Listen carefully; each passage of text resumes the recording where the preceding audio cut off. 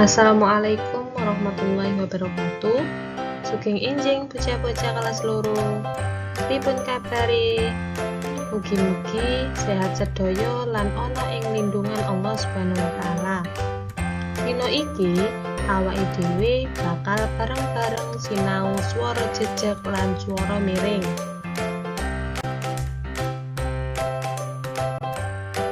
Swara jejeg tegese swara sing pangucapane padha karo tulisan asline. Nalika swara miring tegese swara sing pangucapane ora padha karo tulisan asline. Saiki ayo bareng-bareng sinau bedane swara jejeg lan swara miring ing tuladha iki. Swara jejeg A diwaca O, maca, sapa, ana, pira. Nalika swara miring A tetep diwaca A, bapak, anak, kapan, macan.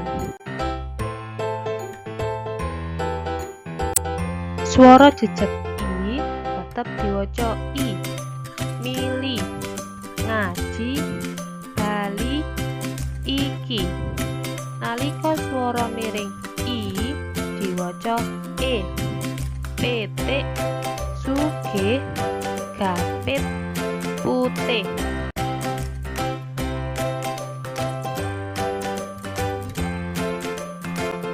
Swara jejeg U tetep diwaca U, guru, turu, telu, kudu. Nalika swara miring U diwaca O, njaluk, jero, watuk, sarung.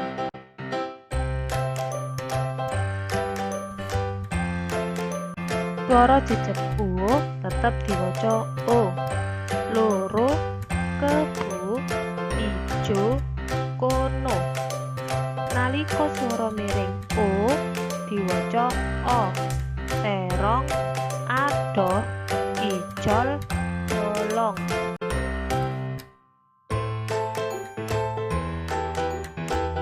Swara jejeg E tetep diwaca E, mere, kowe, sate, ngece.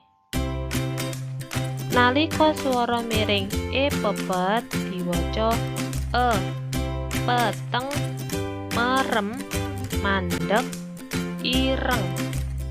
Lan swara miring E diwaca E, tekek, bebek, golek, menek.